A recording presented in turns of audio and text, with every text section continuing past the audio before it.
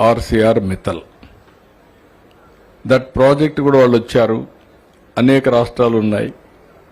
ఎక్కడ పెట్టాలని ఆలోచించినప్పుడు ఆంధ్రప్రదేశ్ మనతో కూడా మాట్లాడారు. ఎప్పుడైతే మాట్లాడారో దాంట్లో కూడా కొంత క్రెడిట్ లోకేష్కి ఇస్తున్నా. ఆయన కొంచెం కోఆర్డినేట్ చేసుకున్నాడు వాళ్ళతో కూడా. కోఆర్డినేట్ చేస్తే గవర్నమెంట్ ఆఫ్ ఇండియాలో NMDC there is a problem.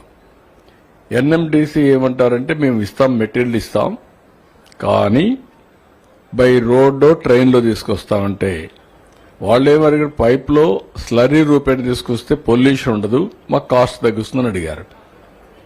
ఇది మన డిపార్ట్మెంట్ టిపికల్గా ఉంటాయి.